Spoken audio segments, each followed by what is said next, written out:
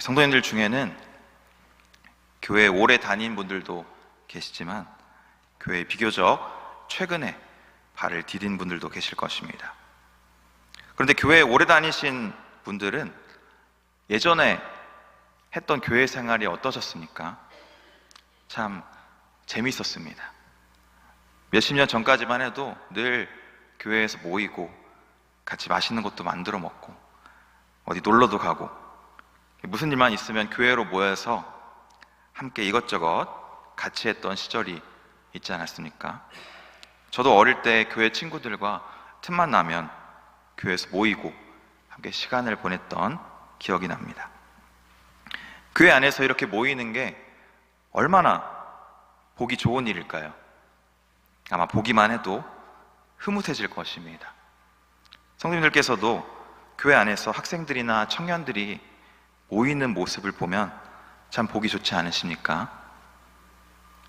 오늘 고린도전서는 바울이 고린도 지역의 교회에 보낸 편지입니다. 그런데 당시 고린도 교회도 그렇게 모였던 것 같습니다. 날마다 함께 떡을 떼면서 서로 교제를 나눴습니다. 얼마나 보기 좋았을까요? 많이 모일수록 좋은 건 아니겠습니까? 그런데 오늘 바울은 이 모임에 대해 조금 다른 생각을 가지고 있는 것 같습니다. 우리 17절 함께 읽겠습니다. 내가 명하는 이 일에 너희를 칭찬하지 아니하나 이는 너희의 모임이 유익이 못되고 도리어 해로움이라. 아멘. 너희의 모임이 유익이 아니라 도리어 해롭다. 아니, 모이는 것 자체만으로도 보기 좋고 또 흐뭇한 모임일 텐데 바울은 왜 그 모임을 해롭다고 말한 걸까요? 그 이유가 18절부터 나옵니다. 제가 읽겠습니다. 먼저 너희가 교회에 모일 때에 너희 중에 분쟁이 있다함을 듣고 어느 정도 믿거니와. 아멘. 18절에 바울은 먼저 고린도 교회 모임에 분쟁이 있었다고 말합니다. 그리고 19절에 보니까 파당이 있어서 서로 나는 철수편, 나는 영희편 이렇게 분열하고 갈라졌다라고도 말합니다. 그리고 바울은 이어서 고린도 교회에 있었던 분열의 상황에 대해서 더 구체적으로 언급하고 있는데요. 20절과 21절을 다 같이 함께 읽겠습니다. 그런즉 너희가 함께 모여서 주의 만찬을 먹을 수 없으니 이는 먹을 때 각각 자기의 만찬을 먼저 갖다 먹으므로 어떤 사람은 시장하고 어떤 사람은 취함이라. 아멘. 그렇습니다. 우리 교회에서 지난 부활주일에 함께 성찬식을 했습니다. 떡을 떼고 잔을 마시며 예수님의 피 흘리심을 기억하는 시간을 가졌는데요.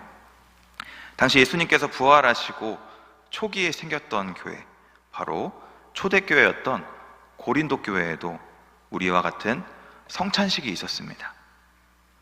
지금과는 형태가 조금 달랐지만 떡을 떼고 함께 잔을 나누는 시간을 가졌던 것입니다. 지금의 성찬식과 조금 다른 것이 있다면 당시 초대교회의 성찬은 보통 저녁에 이루어졌다는 것입니다.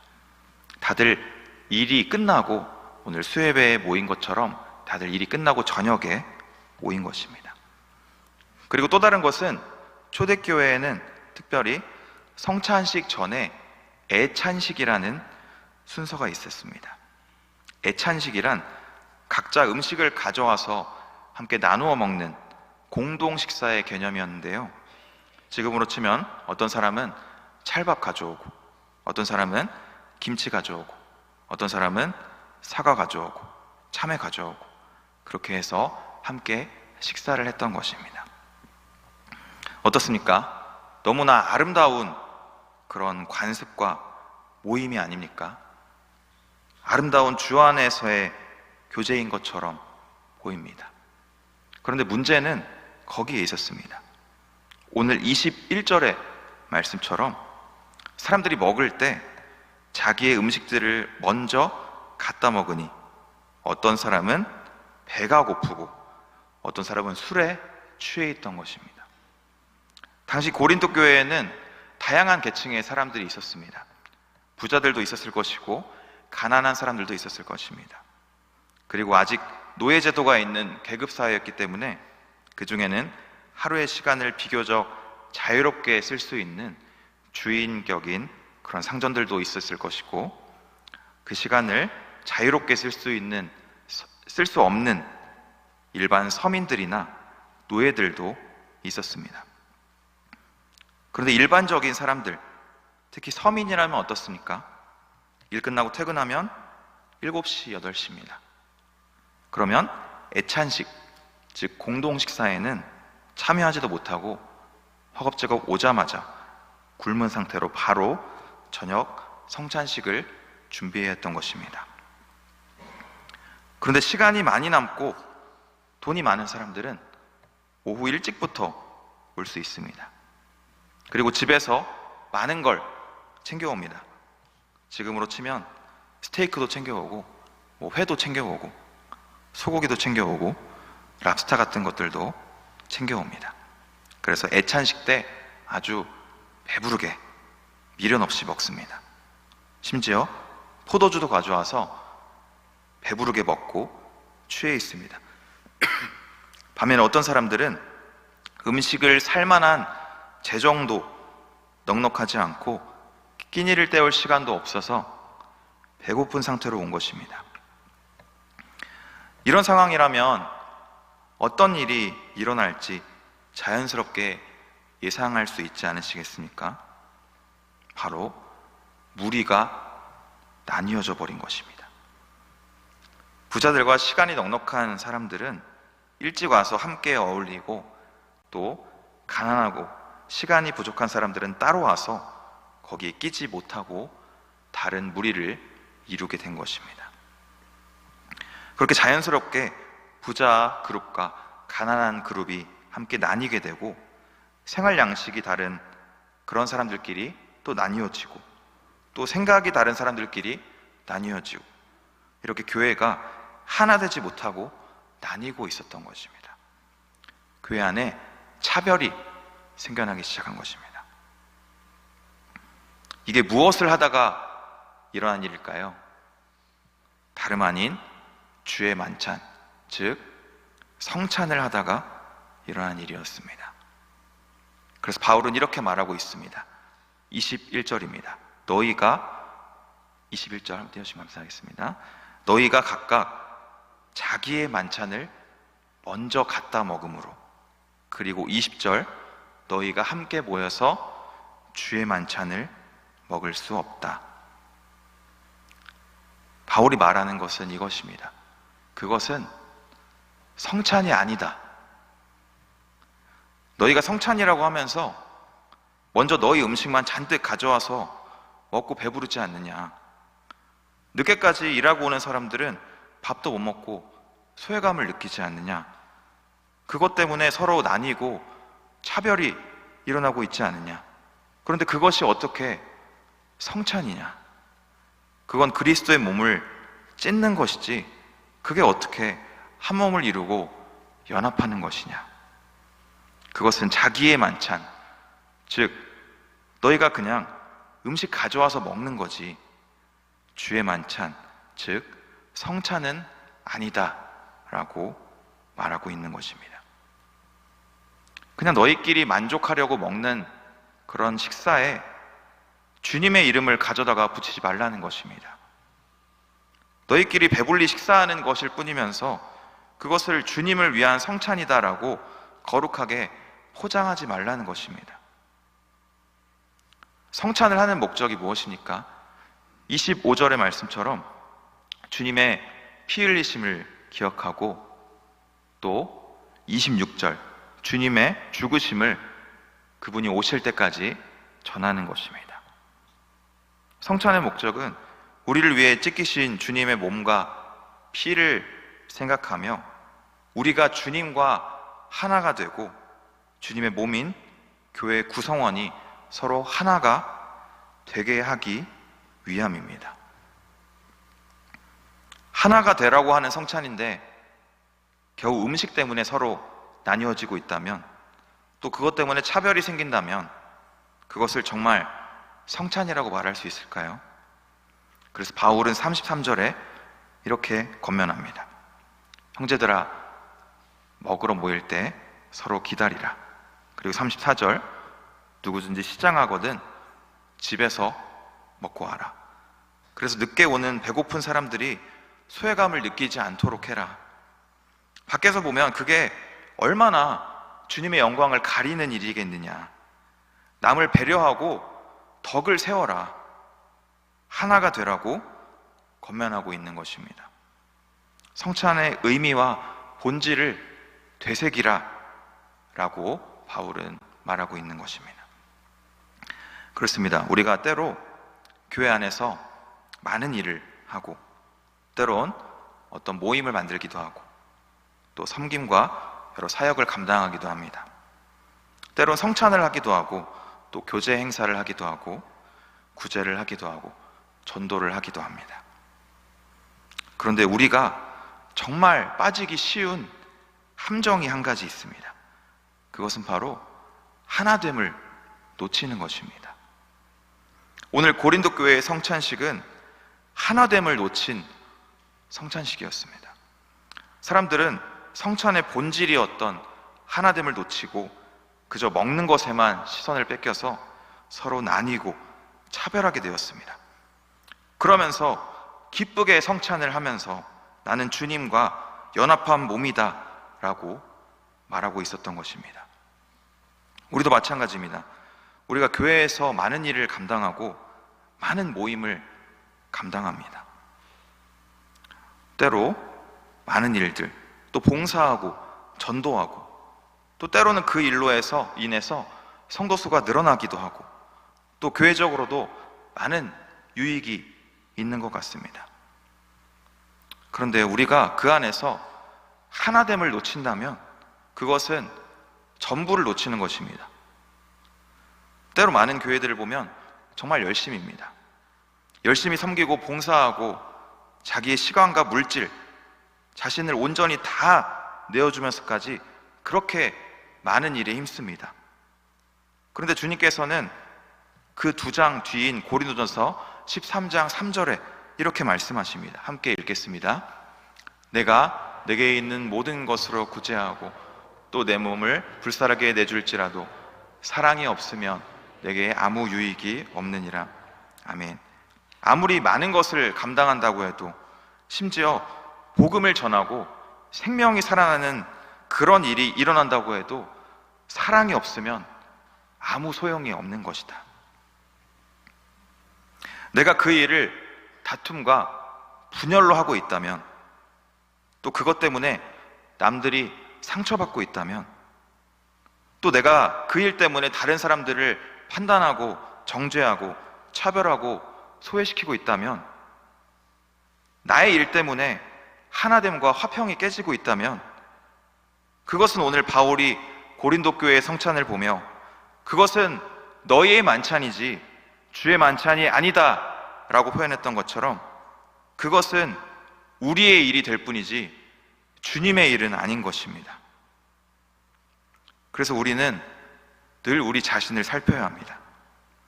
내가 하고 있는 일은 나의 일인가 아니면 주님의 일인가?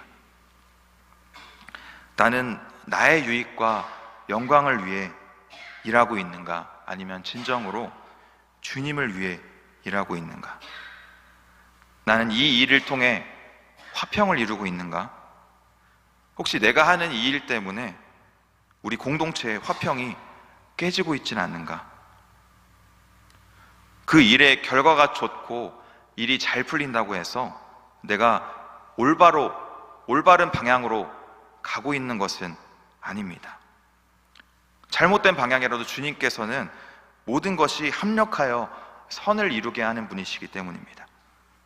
하지만 우리 안에 그 일로 인해서 하나됨이 깨지고 있다면 그것은 나의 의를 앞세운, 나의 열심을 앞세운 나의 일이지 주님이 원하시는 주님의 일은 아닐 수도 있는 것입니다. 사랑하는 성도 여러분, 예수님을 믿으십니까? 아멘입니다. 그렇다면 성령이 우리 안에 계심도 믿으십니까? 그렇습니다. 믿는 사람이면 누구나 성령을 선물로 받습니다. 그런데 성령을 받은 사람들의 가장 큰 특징이 있는데요, 그것은 바로 하나 되기를 힘쓴다는 것입니다. 왜냐하면 성령이 바로 하나 되게 하는 분이시기 때문입니다. 에베소서 4장 3절 함께 읽겠습니다. 평안에 매는 줄로 힘써 지키라. 아멘. 그렇습니다. 성령은 하나 되게 하시는 영이십니다. 우리가 잘 알고 있는 것처럼 창세기 11장 9절에는 바벨탑 사건으로 인해서 하나였던 언어가 온 땅 사방으로 나뉘어 흩어지게 됩니다. 그런데 사도행전 2장 4절에는 예수님께서 부활하시고 사람들에게 드디어 기다리던 성령이 임하는 장면이 나옵니다. 그런데 사람들에게 성령이 임하자 그들이 방언을 말하게 됩니다. 그러자 각 나라에서 온 언어가 다르고 문화가 달랐던 각자 다른 사람들이 그 말을 다 알아듣고 놀라게 됩니다. 다 한마음 한뜻이 된 것입니다. 바벨탑 사건으로 인해서 흩어졌던 언어가 성령이 임하시니까 다시 하나가 된 것입니다. 이렇게 성령은 흩어진 것을 하나로 모으는 분이십니다. 서로 다른 것을 하나로 연결시키고 담을 허무는 분이신 것입니다. 사랑하는 성도 여러분, 이것처럼 우리가 성령을 받은 사람이라면, 성령의 사람이라면 하나가 되는 데 힘써야 합니다. 우리가 정말 예수님을 믿고 그분의 길을 따르는 사람들이라면 나에게 조금 불편한 사람이라도, 성격이 다르고 생각과 가치관이 다른 사람이라도 함께 품고 사랑하며 하나가 되어야 하는 것입니다. 성도님들께서 누구보다 잘 아시겠지만 하나가 되는 것은 정말 어렵습니다. 각자 서로 다른 환경에서 자랐고 또 다른 문화를 경험했고 생각과 가치관이 다 다른 사람들이 그리스도의 몸이라는 그 하나의 이유로 하나가 되는 것이 결코 쉽지 않은 일이고 정말 많은 아픔과 고통을 수반하는 일입니다. 네모와 세모와 동그라미가 있습니다. 셋이 하나가 되려면 네모는 세모가 되기 위해서 불필요한 부분을 깎아내는 그 통증을 감수해야 되고, 동그라미는 네모처럼 각을 만들기 위해서 다듬어지는 통증을 감수해야 합니다. 하나가 되는 것은 이렇듯 쉽지 않은 일이고 많은 고통과 아픔을 자아내는 일입니다. 그런데 우리를 하나로 만드시기 위해서 먼저 그 아픔을 감수하셨던 분이 계십니다. 바로 예수님이셨습니다. 예수님 우리를 구원하시기 위해 인간의 몸으로 우리와 같이 되시려고 우리의 아픔을 체휼하시고 우리의 고통에 함께 하시기 위해서 십자가 고난을 다 견디셨습니다. 하나님과 우리 사이에 막힌 담을 허무시기 위해, 하나님과 우리가 하나가 되게 하시기 위해 먼저 아파해 주셨습니다.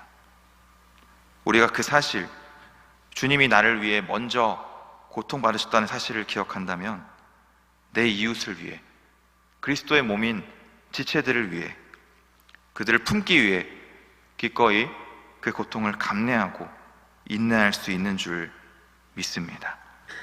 아파도 품어야 합니다. 괴로워도 하나가 되어야 합니다.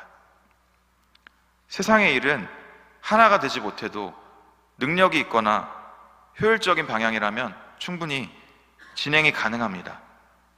하지만 교회는 그렇지 않습니다. 교회는 효율을 우선적으로 생각하며 일을 진행해 나가는 곳이 아닙니다. 사랑이 먼저고 하나됨과 연합이 먼저입니다. 그것을 놓치면 그것은 아무리 교회 안에서 진행되는 일이라도 주의 일이 아닌 나의 일이 됩니다. 주님보다 내가 앞서는 일이 되는 것입니다. 주님의 영광이 아니라 나의 의가 드러나는 일이 되는 것입니다. 우리가 성령 안에서 하나가 될 때, 서로가 그리스도의 한 몸을 이루며 나아갈 때, 그때 우리의 일은 비로소 나의 일이 아니라 주의 일이 되는 줄 믿습니다. 우리가 하나 될 때 우리가 하는 모든 일들과 그 모임들을 통해서 하나님께서 영광 받으실 줄 믿습니다. 바라기는 우리가 가는 곳마다 하나 되는 역사, 사랑이 싹트는 역사, 살아나는 역사가 있기를 축복합니다. 우리 모두 성령이 하나 되게 하신 것을 힘써 지키는 역사가 일어나길 소망합니다.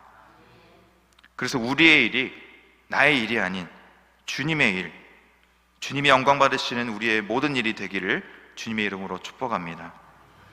사랑하는 성도 여러분, 하나됨 없는 성찬은 성찬이 아니듯이 하나됨과 사랑이 없는 일은 주의 일이 아닙니다. 우리가 아무리 많은 일을 감당한다고 해도 하나됨을 잃는다면 그것은 주님의 일이 아닌 나의 일, 우리의 일이 될 뿐입니다. 우리는 주님의 일을 하는 공동체가 되길 원합니다. 나의 뜻을 내려놓고 주님의 뜻을 먼저 따르는 공동체가 되기를 원합니다. 우리 모두 성령이 하나 되게 하신 것을 힘써 지키며 그리스도의 몸으로 각자가 아름다운 지체로 그렇게 한 몸 된 교회를 이루어 나가는 모든 새소망교회 성도 한 분 한 분이 되시기를 주님의 이름으로 축복합니다.